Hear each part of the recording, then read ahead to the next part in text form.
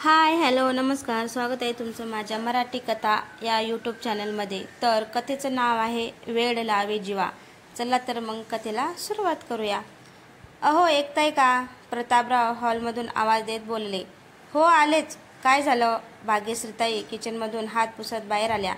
गौरी कधी येणार आहे? प्रतापराव येईल थोड्या वेळात, इंटरव्ह्यू द्यायला गेली। भाग्यश्रीताई आल्यावर बोलूया। प्रतापराव संध्याकाळी गौरी घरी येते। आल्या आल्या रूममध्ये जाऊन फ्रेश होते आणि किचनमध्ये आईला स्वयंपाक करण्यात मदत करते। साईज आणि प्रतापराव टीव्ही बघत असतात। प्रतापराव गौरी आणि भाग्यश्रीताईंना हॉलमध्ये बोलवतात। सगळे हॉलमध्ये बसून प्रतापराव आता काय बोलणार ह्याकडे कान लावून बसतात। ताईचा फोन आला होता। गौरीसाठी स्थळ आणले तिने, सगळी माहिती काढली तिने। चांगला मुलगा आहे, नुकताच जॉबला सुद्धा लागला आहे। घरच पण सगळं चांगलं आहे, घरचं पण सगळं चांगलं आहे, एकत्र कुटुंब आहे। प्रतापराव बाबा पण मी अजून जॉब शोधतोय, मी इतक्यात कसं लग्न करू? गौरी जॉब आणि लग्नाचा काही संबंध नाही आणि त्यांच्या घरचं सगळं चांगलं आहे, तिथे लग्न झालं तर तुला जॉब करायची गरज लागणार नाही। प्रतापराव अहो बाबा, पण मी स्वतःच्या पायावर उभी असेल तर चांगलंच आहे ना। साईस पण स्थळ बघायला काही हरकत नाही, उगाच चांगलं स्थळ हातातून जायला नको। भाग्यश्रीताई माझ्या बहिणीने सुचवलंय म्हणजे चांगलंच असणार। प्रतापराव अगं आई, घाई काय आहे? पण इतक्यात नाही लग्न करायचं मला। गौरी तसं बाहेर कुठे काही आहे का? असेल तर आधीच सांगतोय, डोक्यातून विचार काढून टाक, आपल्याकडे असं काही चालणार नाही। प्रतापराव असं काही नाहीये बाबा, गौरी शांतपणे बोलली। ठीक आहे मग संपला विषय, उद्या मुलाकडचे येतील, तयारीला लागा। आता मला या विषयावर आणखी चर्चा नकोय। प्रतापराव सगळे आपापल्या कामाला लागतात। गौरी आईसोबत किचनमध्ये येते। ह्यांनी चर्चा करायला बोलवलं होतं की त्याचा निर्णय सांगायला। गौरी गप्प बस आणि आवरून घे पटकन, उद्याची तयारी सुद्धा करायची आहे। साडी कोणती नेसणार आताच बघून ठेव, सकाळी घाई गडबड नकोय। भाग्यश्रीताई सकाळी विरकरांच्या घरात गडबड चालू असते। भाग्यश्रीताई किचनमध्ये पोहे बनवत असतात। प्रताप आणि साई पाहुण्याची वाट बघत बसल्या असतात। गौरी साडी नेसायचा प्रयत्न करत असते। भाग्यश्रीताई गौरीच्या रूममध्ये येतात। काय ग गधडे, अजून साडीच नेसतेस तू? हे काय असं नेसलीयस? हा पदर एवढा मोठा आणि एवढ्यावर कोण नेसतं साडी? भाग्यश्रीताई गौरीला साडी नेसवत बोलल्या।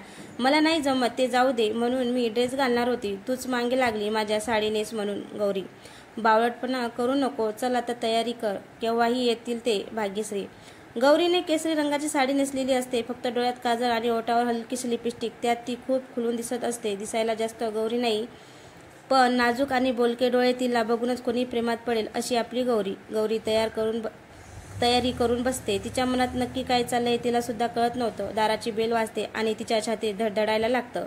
ती उगाच पदराशी खेळ करत बसते।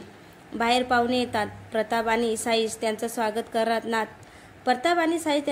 करतात आणि गप्पा मारत बसतात। सुलभा, आजी आणि अनुष्का सोडून बाकी सगळे आलेले असतात। वरद गप्प बसला होता। दिसायला देखणा, उंच आणि रुबाबदार असा आपला वरद। त्याने पिस्ता कलरचा शर्ट घातलेला असतो। घर शोधायला फार त्रास नाही झाला ना? प्रतापराव नाही, मंदाताईने, गौरीची आत्या, पत्ता नीट सांगितला होता, त्यामुळे त्रास नाही झाला। ट्रॅफिक लागलंय फक्त येताना थोडं, म्हणून उशीर झाला यायला। अनंतराव अच्छा। प्रतापराव हे आमचे चिरंजीव वरद। अनंतराव काय करता तुम्ही? प्रतापराव वरदला विचारतात। मी मार्केटिंग मॅनेजर आहे। वरद मुलगी कुठे? अनंतराव हो बोलावतो। अहो गौरीला बोलवा। प्रतापराव भाग्यश्रीताईंना सांगतात। इथे किचनमध्ये गौरी गांगरून गेलेली असते। प्रतापरावांची हाक ऐकताच ती अजून गोंधळते। भाग्यश्रीताई चहाचा ट्रे गौरीच्या हातात देतात। नीट धर आणि बाई जरा ती साडी नीट सांभाळ, जास्त दात काढून हसू नको बाहेर, आणि हो त्यांनी काय विचारलं तर नीट उत्तर दे, आणि हो। भाग्यश्रीताई सूचना देत असताना गौरी त्यांना थांबवते। बस कर ग आई, कालपासून हेच सांगते तू मला, आता पाठ झालंय माझं हे सगळं, जाते मी, नाहीतर बाबा रागवतील। गौरी आईला म्हणाली। अगं थांब भाग्यश्रीताई, आता काय ग आई? गौरी वैतागून बोलते। खूप सुंदर दिसतेस, कोणाची नजर नको लागायला माझ्या बाळाला। भाग्यश्रीताई त्यांच्या डोळ्यातील काजळ हळूच गौरीच्या कानामागे लावतात. गौरी गोड हसते आणि बाहेर जाते. गौरी इतकी बावरलेली असते की ती समोर सुद्धा बघत नाही. खाली मान घालूनच सगळ्यांना चहा आणि कांदे पोहे देते. वरद मोबाईलमध्ये गुंग असतो. गौरी त्याच्या जवळ येते आणि त्याला चहा देताना दोघांची नजरानजर होते आणि दोघांच्या चेहऱ्यावरचे भाव बदलतात. मुलीला काही विचारायचं असेल तर विचारा. मुलीला काही विचारायचं असेल तर विचारा प्रतापराव. अहो, मुलीला काही नाही विचारायचं. मुलीबद्दल आम्ही तुम्हाला विचारूच की, पण लग्न त्यांना करायचं तर त्यांनी आपापसात बोलावं असं वाटतं मला. स्वातीताई: हो हो, आमची काही हरकत नाही. गौरी बाळा, जा त्यांना मागच्या अंगणात घेऊन जा. भाग्यश्रीताई गौरी खुणेनेच नको असं सांगायचा प्रयत्न करत असते. लाजतंय वाटतं. अगं लाजू नकोस, गंमत असते, जा जाऊन बोल. अगं लाजू नकोस, गंमत असते, जा जाऊन बोलून या. मयुरी वहिनी: वरदला सुद्धा जायचं नसतं, पण नाईलाजाने दोघे तिथून उठतात आणि मागच्या अंगणात येतात. दोघेही गप्प असतात, पण दोघांच्या मनात खूप काही विचार चालू असतात आणि डोळ्यात दिसत असतो प्रचंड राग. दोघेही गप्प असतात, पण दोघांच्या मनात खूप काही विचार चालू असतात आणि डोळ्यात दिसत असतो प्रचंड राग. तू इथे कशाला आला आहेस नालायक? तू इथे कशाला आला आहेस नालायक? गौरी: तोंड सांभाळून बोल जरा. आणि माहीत नाही का तुला इथे मी मुलगी बघायला आलो इथे? वरद: निघायचं हा आत्ताच्या आत्ता इथून निघायचं. गौरी चिडून बोलत होती. मला काही हौस नाही तुझ्या दारात पाय ठेवायची. तुला बघायला येतोय हे माहीत असतं तर आलोच नसतो मी इथे. परस्पर नकार कळवला असता. वरद: हो, मी जशी काय तुझ्याशी लग्न करायला होकारच देणार आहे. गौरी: देऊ पण नकोस, उगाच आलो इथे, तुझं तोंड बघावं लागलं मला. वरद: मग कशाला थांबलाय? निघ ना आता. गौरी: अगं बोलून झालं असेल तुमचं तर या सगळे वाट बघत आहेत. साईश त्यांना बोलवायला आला होता. दोघेही त्यांच्यासोबत पुन्हा घरात जातात. काय मग झालं का बोलून की सगळा वेळ लाजण्यातच घालवला? मयुरी वहिनी दोघांना चिडवू लागली. गौरी फक्त एक खोटी स्माईल देते. दोघांच्या घरच्यांचे विचार चांगलेच जमलेले असतात, गप्पा सुद्धा रंगलेल्या असतात. वरद आणि गौरी मात्र गप्प बसून असतात. थोड्या वेळाने देसाई कुटुंब त्यांच्या घरी निघून जातात. छान वाटले हो घरचे. म्हणजे त्यांचा भाऊ आणि वहिनी सुद्धा बोलकी आणि गोड आहे. स्वभावाला मुलगा थोडा लाजत होता वाटतं. काही विशेष बोलला नाही. भाग्यश्रीताई: हो, मला पण आवडलं. आपल्या गौरीसाठी परफेक्ट आहे मुलगा आणि कुटुंब. प्रतापराव: अहो बाबा, सगळं चांगलं आहे, पण लग्न गौरीला करायचं. तिला तर विचारा मुलगा कसा वाटला तिला. साईश: तिला काय विचारायचं? आपण आहोत की तिचं चांगलं वाईट बघायला. आणि एवढ्या चांगल्या मुलाला नकार थोडी देणार आहे आपली गौरी. काय ग, बरोबर ना? प्रतापराव: बाबा, ते मला नाही आवडला. मुलगा म्हणजे नाही जुळणार आमचं. गौरी: अगं पण काय वाईट आहे? म्हणजे नक्की काय नाही आवडलं तुला त्यांच्यात? भाग्यश्रीताई: अहो, एवढं प्रेमानं बोलायची काही गरज नाही. एवढं प्रेमाने बोलायची काही गरज नाही. नाटक आहे सगळे, फक्त लग्न टाळण्यासाठी. प्रतापराव, बाबा असं काही नाही आहे. बोललो आम्ही दोघं. विचार वेगळे आहेत आमचे. तिथून सुद्धा नकारच येणार आहे. खात्री आहे मला. गौरी, आणि जर होकार दिला तर? प्रतापराव, होकार दिला ना त्यांनी तर तोंडातून एकही शब्द न काढता गुपचूप लग्नाला उभी राहील. गौरी रागात बोलून बेडरूममध्ये निघून गेली. इथे देसाईच्या घरात सुद्धा गप्पा रंगल्या होत्या. मयुरी वहिनी आणि स्वातीताई तर गौरीचं खूप कौतुक करत होत्या. त्यांना गौरी खूपच आवडली होती. अरे यार, मी पण यायला पाहिजे होतं. मला बघायचं होतं तिला. अनुष्का तोंड बारीक करून बोलली. अगं मी आहे ना, तू कशाला टेन्शन घेतेस? हे बघ, मी गुपचूप फोटो काढलाय तिचा आणि तुझ्या वरदादांचा. बघ कसे खाली मान घालून लाजून बसलेत. मयुरी, वहिनी अनुष्काला फोटो दाखवतात. अगं असं करतात का? तिला न विचारता कशाला फोटो काढायचा? स्वातीताई मयूरच्या पाठीत हळूच गमतीने मारत बोलतात. अहो आई, चालतं की तेवढं, पण आपण सगळे इथे ज्यांच्यासाठी चर्चा करत बसलो ते आहेत कुठे? मयुरी वहिनी, अगं त्यांनी आम्हाला सोडलं गेटपर्यंत आणि मग बाहेर निघून गेला. स्वातीताई, ते बघा आला दादा. अनुष्का जाऊन वरदला मिठी मारते. आलं ग माझं बाळ, ए बस इथे. सुलभा आजी वरद आजी जवळ जाऊन बसतो.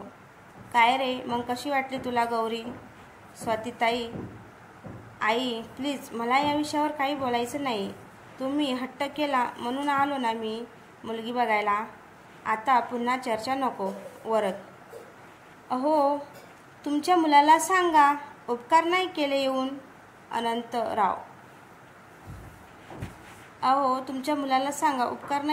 अनंतराव, वा, हे चांगलं आहे बाबा.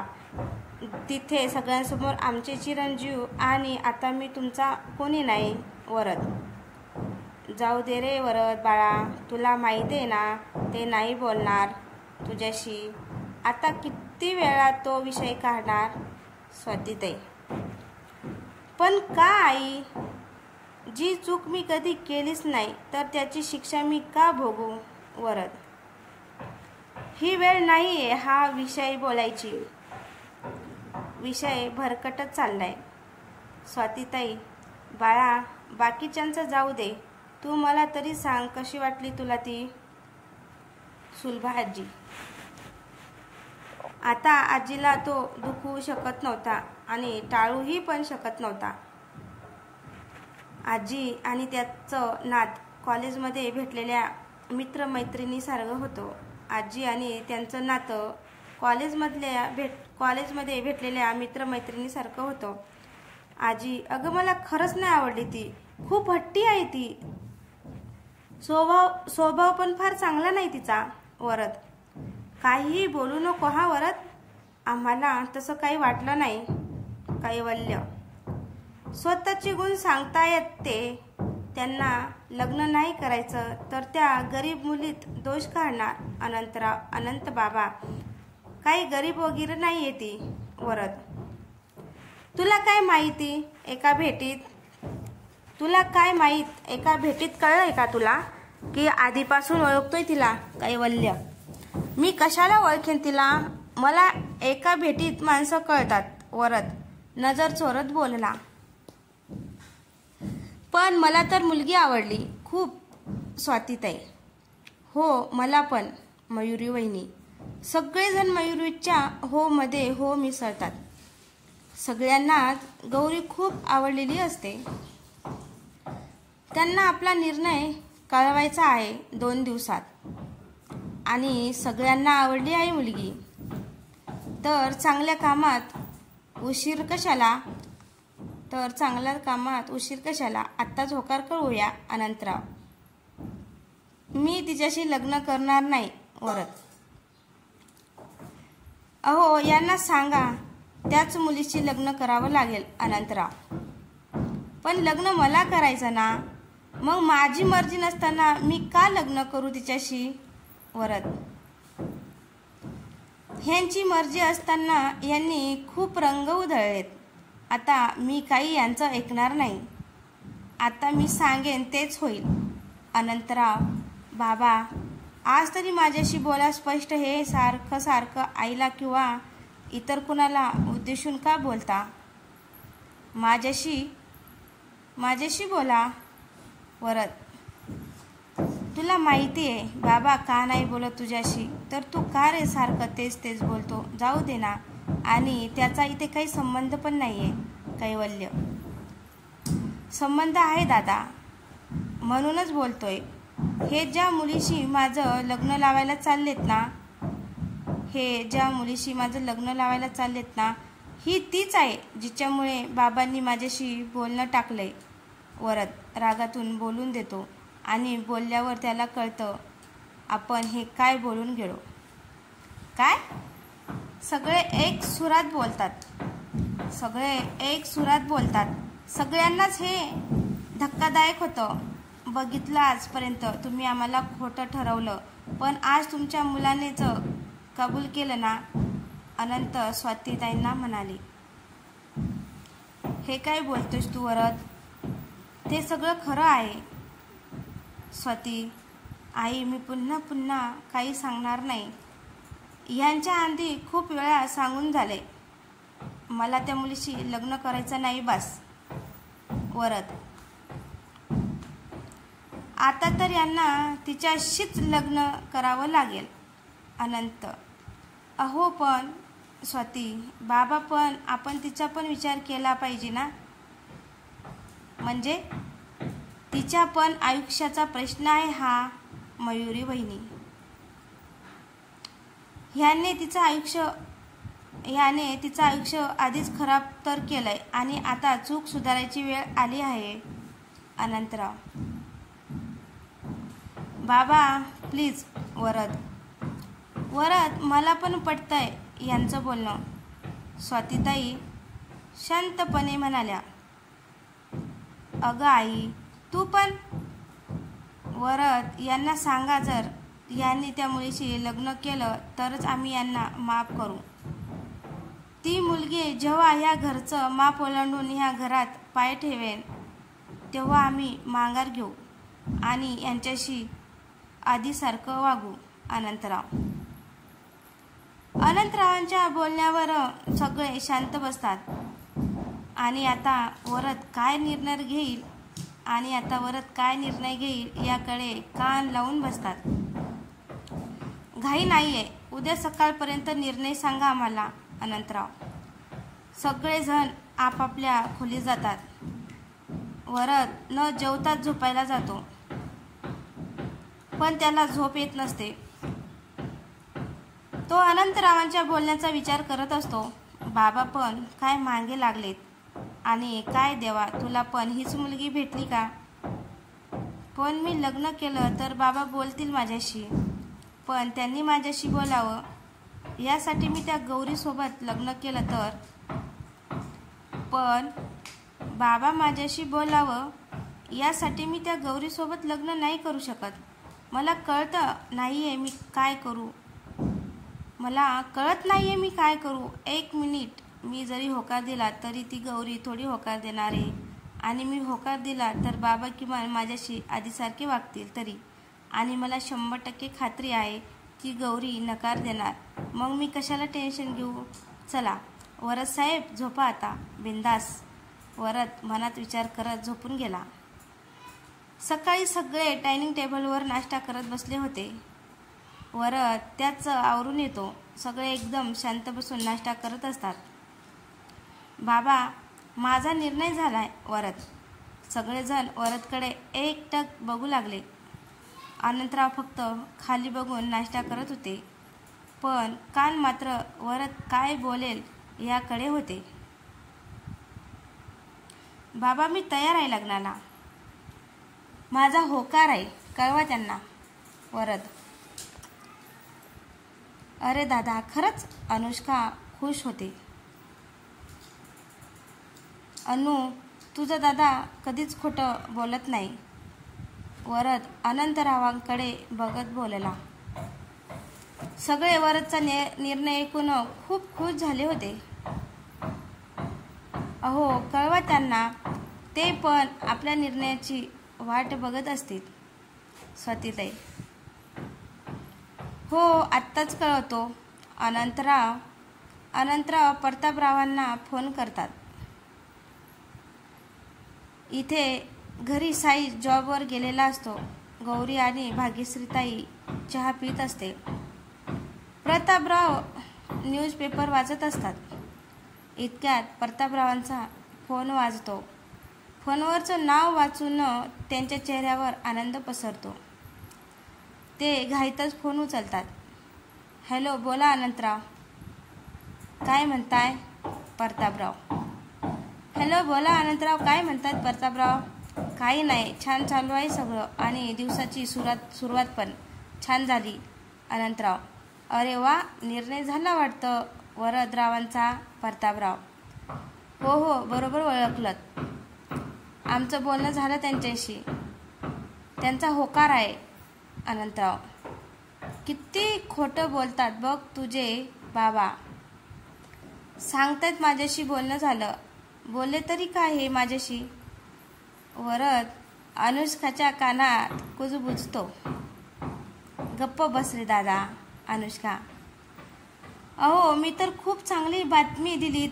अहो ही तर खूप चांगली बातमी दिलीत तुम्ही आणि आमच्याही दिवसाची सुरुवात चांगली झाली. प्रतापराव. हो मग तर आता आमचाही दिवस अजून गोड करा. आमचे कान आसुसले तुमचा निर्णय ऐकण्याला. आमचे कान आसुसले आहे तुमचा निर्णय ऐकायला. अनंतराव. अहो आमचा सुद्धा होकारच आहे. कालच निर्णय झालाय आमचा.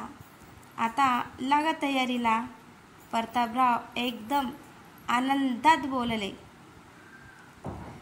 पण समोरून होकार दिला हे ऐकून गौरीच्या पायाखालची जमीनच सरकली. तिच्या हातातून चहाचा कप निसटला आणि त्याचे तुकडे तुकडे झाले. इथे वरची अवस्था सुद्धा काही वेगळी नव्हती. गौरीकडून होकार येईल असं त्याला अजिबात वाटलं नव्हतं.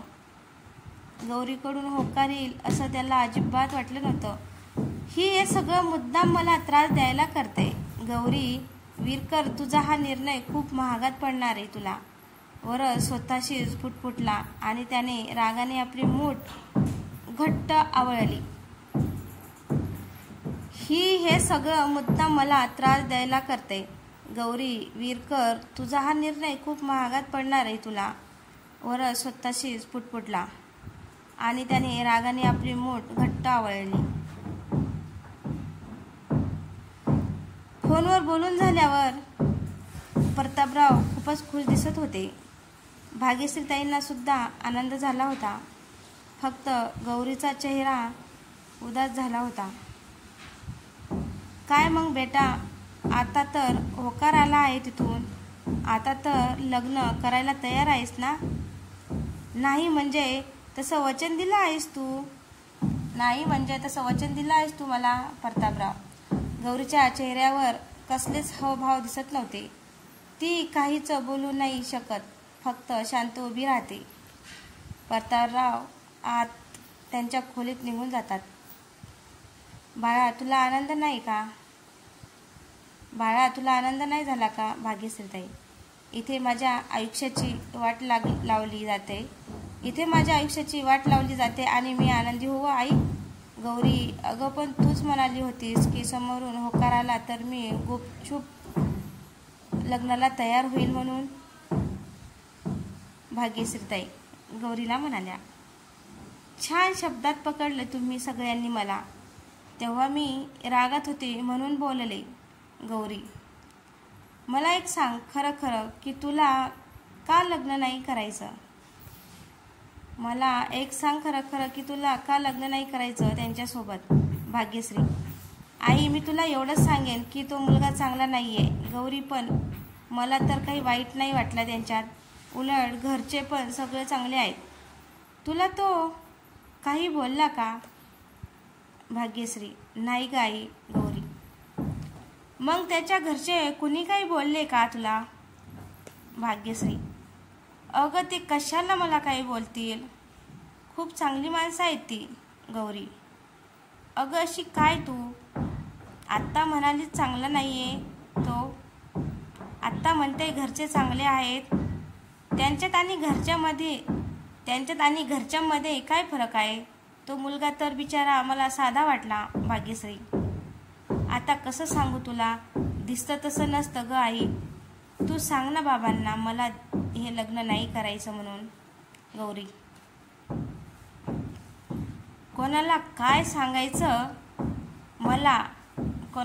सांगायचं मला प्रतापराव बाहेर येत बोलतात. अहो ते भाग्यश्रीताई बोलत असताना प्रतापराव त्यांना अडवतात. माहिती आहे मला, ऐकलंय मी. आता मला कळणार नाही का माझ्या मुलीचं चांगलं वाईट कशात आहे. आता मला कळणार नाही का की माझ्या मुलीचं चांगलं वाईट कशात आहे ते. लहानपणापासून तिचे सगळे हट्ट पुरवलेत मी. आता बापाचा एक हट्ट नाही पुरवणार का तू? प्रतापराव: अगं बाळा, विश्वास ठेव आमच्यावर. तुझं वाईट होईल असं काहीच नाही करणार आम्ही. आम्हाला काळजी नाही का तुझी? भाग्यश्री: हो, खूप जास्त काळजी आहे तुम्हाला माझी, दिसते ती मला. गौरी चिडून तिच्या खोलीत निघून जाते. इथे वरची सुद्धा चिडचिड होत असते. रागात तो पेंचिंग बॅगवर जोरात पॅच मारतो. अनुष्का त्यांच्या रूममध्ये येते. दादा. अनुष्का हळूच वरदला आवाज देते. वरदचं तिच्याकडे लक्ष नसतं. तो त्याचा सगळा राग त्या पेंचिंग बॅगवर काढत असतो. दादा. अनुष्का जोरात ओरडते. वरद शांत होतो तिला बघून. काय ग, काय झालं? वरद: मी खूप खुश आहे आज. अनुष्का: का, काय झालं? आज पुन्हा करपलेली चपाती बनवलीस की काय? वरद: दादा जा ना, मी खरंच खुश आहे आज तुझ्यामुळे. अनुष्का: मी काय केलं? वरद: तू लग्नाला तयार झालास ना म्हणून. अनुष्का बोलली. अनु, हा विषय काढू नको, नाहीतर मी चिडेल तुझ्यावर. वरद: अरे दादा, ऐकून तर घे माझं. तू तयार झालास तर घरी सगळे खूप खुश आहेत, आणि सगळ्यात जास्त खुश आहेत ते म्हणजे बाबा. आज कितीतरी दिवसांनी त्यांना असं हसताना बघितलं आहे मी आधीसारखं, म्हणून खूप आनंद झालाय मला. अनुष्का: बाबा खुश आहेत याचा आनंद तर मला सुद्धा आहे ग, पण. वरद: पण काय? अनुष्का: काही नाही, सोड. वरद: इथे सगळ्यांना आनंद झालाय, फक्त मला सोडून. हे सगळं त्या गौरीमुळे होतंय. तिने हा निर्णय काय घेतला हे कळवायला हवंय मला. आता नाईलाजाने तिला भेटून बोलावंच लागेल तिच्याशी. वरद मनात विचार करत बसतो. 2-3 दिवस उलटून जातात. वरदच्या घरी नुसता गोंधळ चालू असतो. सगळे लग्न कसं करायचं, काय तयारी करायची याची चर्चा करत बसलेले असतात. आजी, तू मस्त पैठणी नेस लग्नात. अनुष्का आजीला म्हणाली. मोबाईलमध्ये साडीचे फोटो दाखवते. अनुष्का आजीला मोबाईलमध्ये साडीचे फोटो दाखवते. चल ग बाई, काही पण बोलतेस, माझं लग्न आहे का? सुलभा आजी: अगं तुझ्या नातवाचं लग्न आहे ना, मग त्याची एवढी भारी आजी आहेस तू, अजून सुंदर दिसायला नको का? अनुष्का: बरं आई, मी काय म्हणते, आपण सगळी तयारी लवकर करायला हवी, नंतर लग्नाच्या वेळेस घाई गडबड नको व्हायला. आपण आधीपासूनच तयार असलेलं बरं. मयुरी वहिनी. इथे अजून लग्नाची तारीख काढली नाही, ते जाऊ दे. साखरपुडा झाला नाही आणि तुम्ही लग्नापर्यंत पण पोहोचलात. कैवल्य: तुम्ही गप्प बसा हो, तुम्हाला काही नाही कळत. तुम्ही गप्प बसाव, तुम्हाला काही नाही कळत नाही. लग्नात फक्त चांगले कपडे घालून मिरवणार तुम्ही, पण आमचं तसं नसतं. खूप कामं असतात आम्हाला, म्हणून आत्तापासून तयारी करतोय. मयुरी वहिनी: मयुरी वहिनी म्हणजे मी काही काम करत नाही, सगळं तूच करतेस की काय? कैवल्य हळूच मयुरीचे केस ओढत बोलतो. मयुरी त्याला एक फटका मारते. अनुष्का त्यांचा व्हिडिओ काढत असते. अरे तुम्ही दोघे काय आता भांडत बसलाय लहान पोरासारखे? ती अन्नू बघा तुमचा व्हिडिओ काढते. स्वातीताई हसत म्हणाली. स्वातीताई हसत बोलल्या. कैवल्य उठून अनुच्या दिशेने जातो. ती उठून घरभर पळू लागले. कैवल्य तिच्या मागे पळतो, पकडायला तिला. कैवल्य तिच्या मागे पळतो, पकडायला तिला. ए अनु थांब, इकडे दाखव फोन, बघतोस तुला. कैवल्य: जा रे दादा, पकडून दाखव आधी. जा रे दादा, पकडून दाखव आधी मला. अनुष्का पळता पळता वरदला धडकते आणि वरद त्यांच्या मागे लपते. शांत व्हा, काय दंगा लावलाय तुम्ही? वरद ओरडतो तसे दोघेही गप्प होतात. काय रे, मूड का खराब आहे तुझा? कैवल्य: काय नाही आई, मी जरा बाहेर जाऊन येतो ग. वरद: अरे कुठे जातोय ते तरी सांगून जा. स्वातीताई: जात असेल वहिनीला भेटायला. अनुष्का त्याला चिडवते. अनु मार खाशीला. वरद: अरे मला तरी सांग कुठे जातोय तू ते. स्वातीताई: कर्जतला जातोय. वरद थोडा गंभीर होऊन बोलतो. बघ आई, मी बोलली ना, हा वहिनीला भेटायला जातोय. अनुष्का टाळ्या वाजवत बोलली. सगळे हसायला लागतात. कर्जतला दुसरं काम आहे माझं. वरद: कर्जतला दुसरं काम आहे माझं. वरद: हो जा, जाऊन ये तू. स्वाती: वरद जातो घराबाहेर. तसे सगळे पुन्हा हसायला लागतात आणि आपल्या कामाला लागतात. आणि सगळेजण आपापल्या कामाला लागतात. इथे गौरीचा चेहरा पूर्ण उतरलेला असतो. ती नीट जेवत सुद्धा नसते. गौरी बाळा, काहीतरी खाऊन घे. चल, दुपारी पण तू जेवली नाहीस. भाग्यश्री: भूक नाहीये मला. गौरी: असं करून कसं चालेल, थोडं तरी खाऊन घे. भाग्यश्री: आई नको ग, मला खरंच माझा मूड नाहीये, मला थोड्या वेळ एकटीला शांत बसू दे ना ग. गौरी: मग बाहेर जाऊन ये, जरा बरं वाटेल. भाग्यश्री: हा तेच करते, जरा बाहेर जाते, तिथे तरी मला शांतता भेटेल. गौरी वरदने तिला भेट महत्वाचं बोलायचं असं मेसेज केला असतो. ती जाऊ की नको या संभ्रात असते. काय करू, जाऊ की नको? जाऊ दे, जाते म्हणजे मला त्याला विचारता येईल. लग्नाला होकार देण्याचा मूर्खपणा का केला ते गौरी विचार करते आणि बाहेर जायची तयारी करते. ती काळ्या रंगाचा ड्रेस घालते. बाहेर आल्यावर तिला जरा बरं वाटलं. ती एका तलावाजवळ येऊन बसते. संध्याकाळची वेळ असल्याने हवेत गारवा पसरलेला होता. वाऱ्याची मंद झुळूक तिच्या केसासोबत खेळ खेळत होती. गौरी शांत बसून होती, एकटीच एका कट्ट्यावर. मनात असंख्य विचार चालू होते. तिने डोळे मिटले आणि तिला तो दिवस आठवला जेव्हा ती वरदला पहिल्यांदा भेटली होती. जेव्हा ती वरदला पहिल्यांदा भेटली होती. तर मित्रांनो, तुम्हाला ही कथा कशी वाटली? कथा आवडल्यास लाईक, कमेंट, शेअर करायला विसरू नका.